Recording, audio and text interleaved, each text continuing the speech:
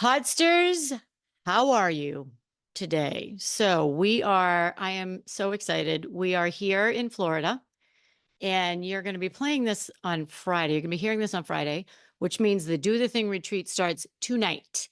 I could not be more excited. If you haven't or didn't sign up for the Do the Thing retreat, basically, this is a 2-ish day program where we bring together people who are ready to stop talking about doing the thing and actually do the thing. So it's kind of like a very, very intensive, small, high level group coaching. And it starts tomorrow. And I, for one, cannot wait. Stay tuned for all the details. If you missed it for any reason, there's a link in the show notes. You can get on the wait list for the next one. Probably going to be in January. Probably won't be in Florida.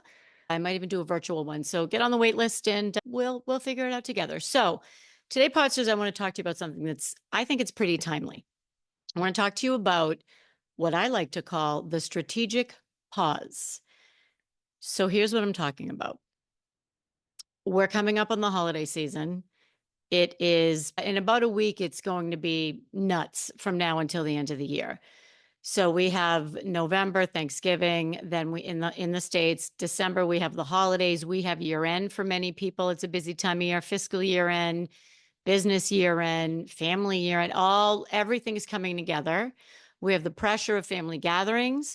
We have the pressure of closing out the year strong, finishing strong. We have evaluations, our own evaluations, evaluations of others. Everything comes together. And if you feel like you need to pause for a minute, if you need a minute, if you find yourself saying, I just need a minute, I would suggest it could be time for you to take a strategic pause. I'm doing that this week. I mentioned before that we're in Florida for the Do the Thing retreat. I came in a few days early, and in those few days before the retreat, I took a strategic pause. And here's what I mean by that. I wanted to pause, evaluate, reprioritize, and just think about everything in my life, really. I mean, mostly my business, but when you own your own business and it's a smaller business, it affects most areas of your life. So if you feel like you need to pause, I want you to really listen to this episode. At the end, I'm going to give you a few examples of things you can do, exercises you can do, all the things. But before I do that, I'm going to make a case for why you should pause. So there are many, many, many people who believe that resiliency or success is about grit or determination or, just grinding through. Could not be less true. In fact, I did a podcast episode about this. I think it was last year, it might have even been 2 years ago, and I'm going to link to that episode in the show notes. Resiliency actually is about recovery. And this is scientifically proven. Athletes, the most successful athletes, they allow equal time performance zone and recovery zone. This is really a thing. This is something that they do. And this is something that they do that helps them be more resilient. And I'm going to get into that in a few minutes. Before I do that, though, I really want to talk about this idea of the strategic pause. I look at it like a good night's sleep. So think about it. I'm sure you've gone through, like me, times where you're just tired. You are so exhausted. You're tired. You're tired. You're tired. You get a good night's sleep and you feel like a different person when you wake up. You wake up feeling refreshed. You wake up feeling ready to take on the world. You wake up feeling invigorated. I often say that my best idea of the day is my first idea of the day. And that's not a coincidence. So, have you ever gone to bed with a problem on your mind and you sleep great and then you wake up and boom, you have the solution? That is because your brain has been allowed to run free. This happens to me all the time. It's because my brain gets to pause. It's not firing all over the place. It's not trying to solve all these things. It's resting, it's pausing, it's still going. Subconsciously, it's evaluating, reevaluating. It's taking all of these options and then bam, you come up with the solution in the morning. So let's think about that. Let's expand that out a little bit more when you talk about the strategic pause. What I'm talking about is more than one night, and I'm going to talk about it if you can't really take that much time in a few minutes. It's not one night. We're talking about several days. several days for you to just pause, let your mind wander, think about new ideas, think about what you love, think about what you don't, think about what you want more of, all of these things. And that's one of the exercise that I did with myself over the past few days. It was very simple. It was love, hate, meh. That is, it was that simple. When I do these kinds of things, I like to make it really simple. You might remember my more or less same. It's not my more or less same. That's been around forever. When you look at your business or you look at your career, you're looking at something in your life and a big decision. What do I want more of? What do I want less of? What do I want same of? It's an excellent team building activity. I also like to use it on myself. More, less, same. What do I want more of in my life? Less, same. I didn't want to make it that generic because I really need to think about how I'm spending my time. So I wanted, what do I love to do? What do I hate to do? And I don't love the word hate. I don't like the word hate. I think it's a really, really strong word. And I'm using it on purpose here. And then what am I like? It's yeah, all right. I can kind of take it or leave it. And I had these three buckets. And throughout the days, I would write down, what do I love? This is mostly in my business. So what do I love in my business? What do I hate doing in my business? There are things that I do in my business that I do not like to do. And what is like, yeah, I mean, it just is. It's neither. So it's kind of like a life audit. I'm sure you've heard of this before, or if you haven't, this is a term that a lot of coaches use, a lot of successful coaches use. It's a life audit.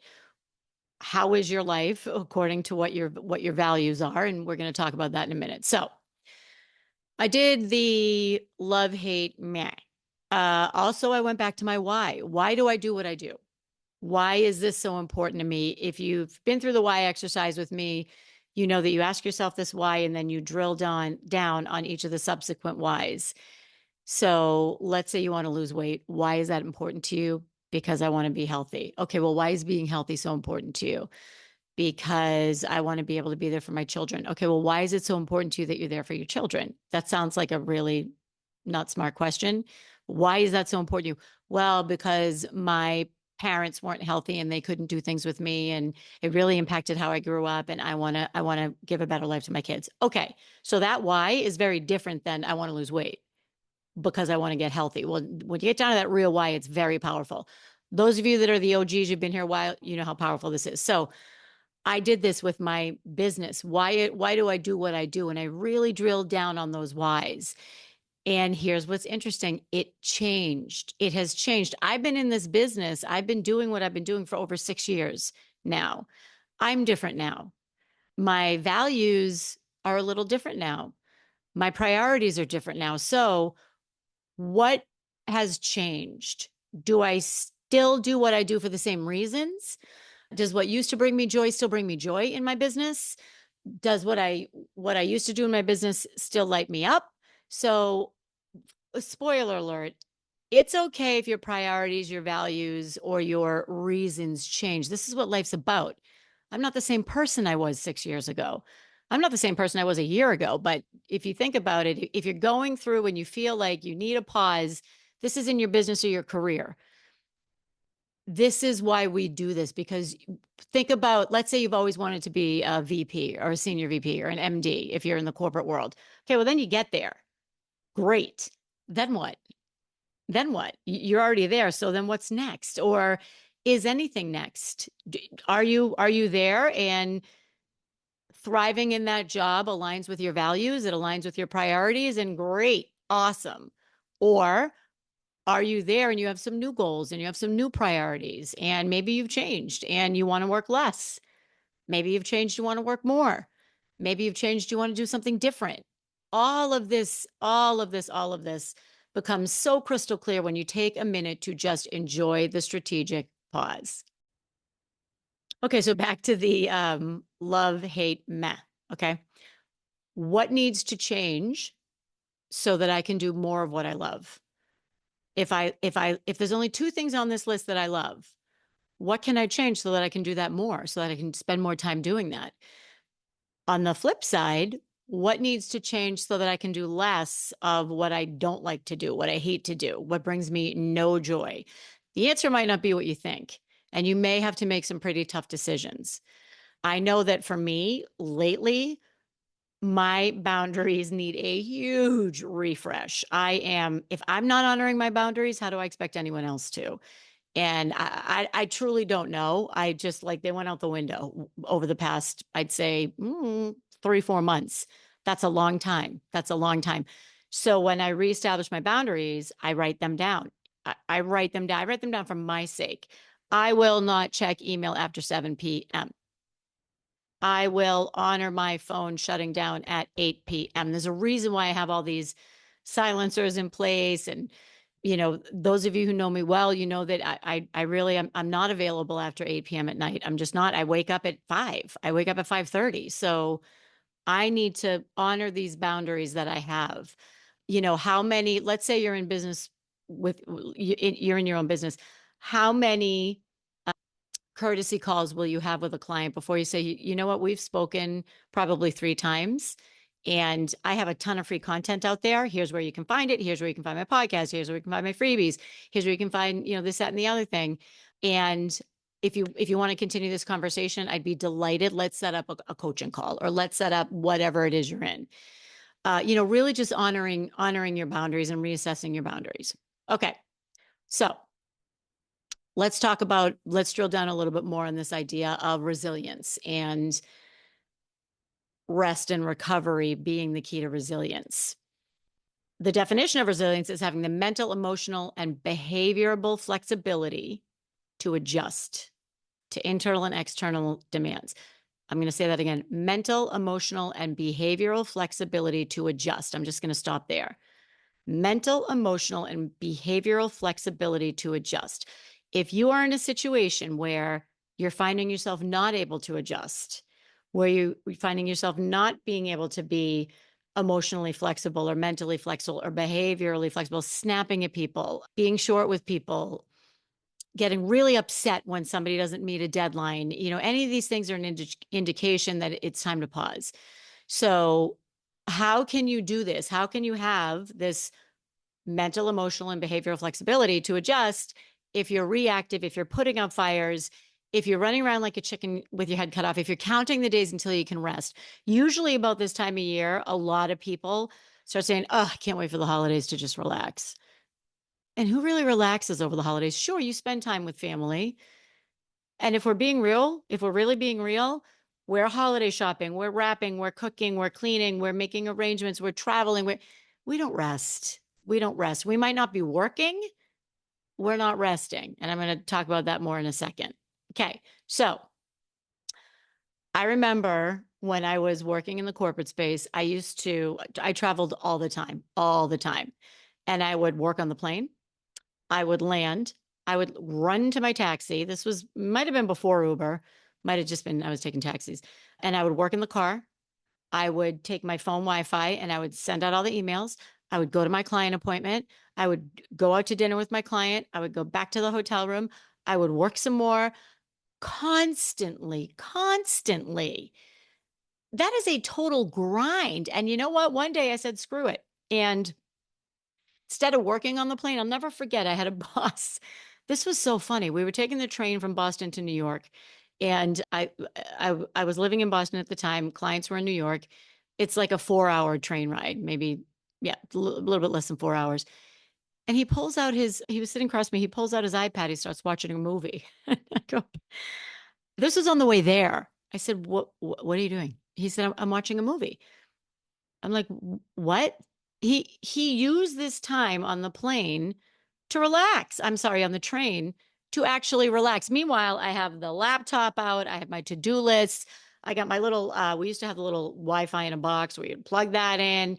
I got, pens. I got highlighters. I'm on the phone. And this was a game changer for me. And from that day forward, I either watch a movie or read a book on a plane or a train. I don't really take the train as much anymore. When I do, I might do a tiny little bit of work. No, I really don't. It is wild. It is a game changer. Think about it. You're on a plane. I know there are those of you right now that are absolutely cringing. How can you be on the plane and not work? I'm telling you, try it. Give yourself a break and just try it. Yes, it's a time to get caught up. Sure it is. You can't be reached by phone. You used to not be able to be reached by email, but it's solid time. for you to work, think about the solid time for you to relax and to just pause. Again, pause. Okay. So, yeah, I recharged, I relaxed. That put me in the right mental state of mind to really just be on my game and be my best self when I got to where I was going. On the flip side, when I would come back, let's say I was coming back from Vegas, instead of taking the last plane out of there, which I used to do, and I would rush to the airport, try to catch the last plane, might have been a red eye. Those are get off the plane and then get right into my day. So what I started doing was I would take the extra night, I would stay in Vegas the extra night, maybe wind down with a nice dinner, maybe not, maybe just, relax in my room or get together with a friend, get up the next morning and go home rested. That is how you show up as your best self at work. And more importantly, I would say at home. Okay. So how do you do this? How do you do this? Knowing that not working is not the same as pausing and not working is not the same as resting. How do you really pause? How do you recover? How do you regroup? In between work days, and this is very timely, okay? In between work days, if you've been talking about politics, if you've been watching CNN or Fox or whatever you watch, if you've been involved with campaigns, if you've been responsible for feeding little ones, if you've been renovating a house, if you've been working on your relationship, in between work, if you have been doing all of these things, that is not resting. So I am talking about specifically resting. Here's how. If you can, take a day, take a day, take a day, and take the day. I can't remember if yeah, I mentioned this on the podcast last week. Really take the day. Sometimes, I had somebody that worked on my team. She would take a day off and she would work the whole day. Why are you taking the day off? So I can get some work done. I'm like, you know what? That's on you if that's what you're doing. Take the day. I'm not saying that everybody can just completely go dark, but take the time. Take a week if you can, take a month. I know someone who took 3 months to pause and reevaluate. She has the ability to do that. Not all of us do. And even though she had the ability to do that, it was still scary for her to do that. She could take 3 months off and not have it affect her financially. Really good for her. That's awesome. But it was still scary. So why is it so hard for us to say we need a break? An hour, a minute, 5 minutes, a week, a month. If you need the break, take the pause. Okay. So if you can't take a whole day or a few days or a week or months, can you take an hour? Can you take an hour? Can you just take an hour and think about how am I showing up? Think about have my priorities changed? And if so, how have they changed? Maybe that's what's happening. Think about, do I like how I'm living my life? An hour. Just think about it. If you can't take an hour, perhaps take a change of scenery. It's not really a pause, but I'm willing to allow it to change things up a little bit and to get you to start thinking differently. If you grind out every day in your home office, maybe go to Starbucks. If you go into the office every day, maybe go into someone else's office.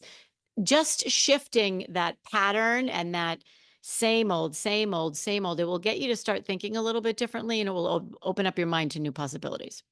Okay.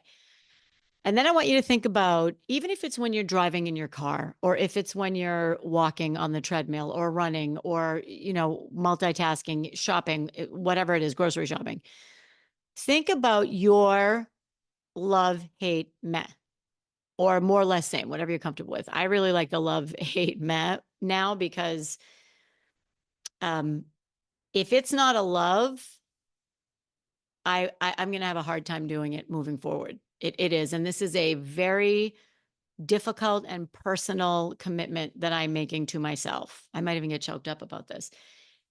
If it's a, not sure if I really love it, I don't really love it, then I'm going to do everything in my power to spend as little time as possible doing that. I want to do what I love to do and only what I love to do. And somehow over the past few years, that's changed a little bit for me. And I'm doing things in my business I don't love to do. And that I don't like that. That's not why I left my corporate job. I left my corporate job so I could do what I love to do and only what I love to do and get paid to do it. This is one of my core pillars of what I do. and what I train other people to do. So it's time for me to take a step back and recalibrate a little bit. Okay, so we have take an hour, take a day, take a week, take whatever you can take, change the scenery, think about your love, hate, meh in your business or in your career. This isn't just about business owners. In your career, what is it that you love about what you do? What do you hate about what you do or the company you work for? What are you kind of like, I don't love it. Eh. The buckets. This might take a week. This might take a week. I've been doing it for several days and I'm still not done. But I'm seeing a pattern and I'm seeing some things and it's making me think about things I can change.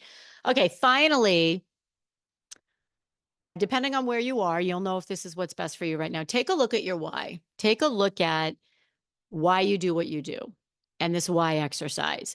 Or and take a look at your values and how are you living your values? Are you living your values? Because it's when those values and how you're living get misaligned that we start to feel that something isn't quite right. And it's okay. You tweak it. All you need to do is tweak it a little bit. That's all. And here's something that I want to make sure you really hear me on. If you're like me, and if you listen to this podcast, we're probably similar. You will be tempted to say, you know what, I'm going to pause like first week in January. I'm going to pause week between Christmas and New Year's. This is what I always used to do. Except I never did it. I would fill that time catching up with old friends or going on vacation. And, going on vacation is pausing, yes, but not if you're really, the strategic pause is when you pause to reprioritize and to figure out what's happening. Take a look at your values, take a look at your why, take a look at your priorities. I don't know that you'll do it if you wait. Maybe you will.